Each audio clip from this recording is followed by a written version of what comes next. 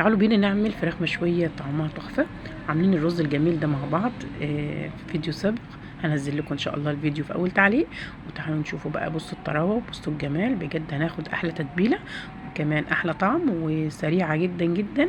هنعمل فراخ مشويه في اقل من نص ساعة تكون جاهزة معاكي وبالشكل الجميل اللي شايفاه ده. والطعم بجد مش قادرة اوصف لك، طعمها تحفة وشكلها بسم الله ما شاء الله. يلا بينا نشوف عملنا الجمال ده ازاي، ونقول بسم الله الرحمن الرحيم. شايفين شكلها يا بنات؟ جميلة جدا، جوسي جدا جدا جدا. وبصوا طريقة من الاخر.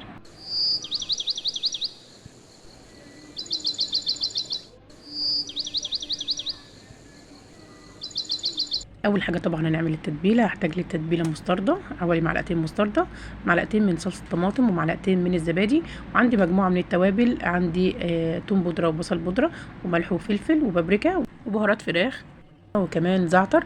هننزل بكل التوابل بتاعتنا ونحط عليها معلقه كبيره من الباربيكيو وكمان معلقه من الكاتشب، وهنقلب كويس جدا جدا. هحط كمان معلقه صغيره من عسل النحل، بتديني طعم حلو جدا جدا وكمان لون حلو زي اللي انتوا كنتوا شايفينه معايا في اول الفيديو.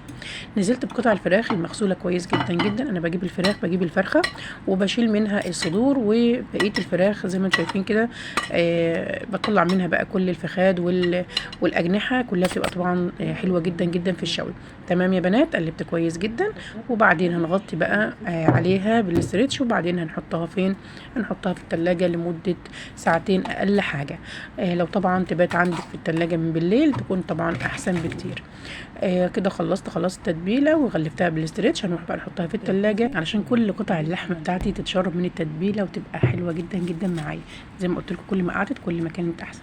كده الفراخ بتاعتي ما شاء الله بعد ما طلعتها من التلاجة هبدا بقى ان انا ارصها في بايركس كده او صينيه عندك، وبعدين هنحطها في فرن عالي جدا لمده نص ساعه بالظبط. هتبقى معاكي تحفه جدا جدا.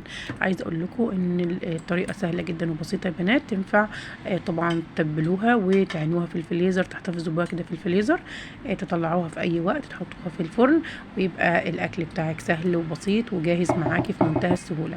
حطيت بقيه التتبيله وحطيت رشه كده صغيره من زيت الزيتون، وهنروح مع بعض على الفرن. نحطها في الفرن لمده زي ما قلت لكم نص ساعه.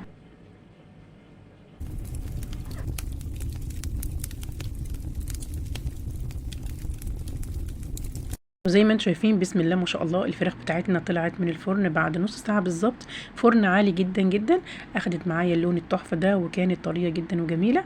كل بقى ما كل شويه بنات بنطلعها كده من الفرن بيبقى فيها صوص كده من تحت. الصوص ده بنفضل كده بفرشه نسقسق كده الفراخ عشان تشرب من التتبيله، وبتديها طبعا تيست اعلى جدا وبتاخد كمان لون تحفه زي ما انتم شايفين. النهارده دي طريقه الفراخ معايا، يا رب ان شاء الله تكون عجبتكم. اتمنى ان شاء الله تجربوها وتنفذوها وتقولوا رايكم ايه في التعليقات. وده كان الفيديو بتاعي النهارده، يا رب يكون كده خفيف على قلوبكم، واشوفوا وشكم على خير في فيديو جديد باذن الله. كانت معاكم فاطمه خليل، وان شاء الله انتظروني في فيديوهات جديده وحلوه ان شاء الله تعجبكم. مع الف سلامه.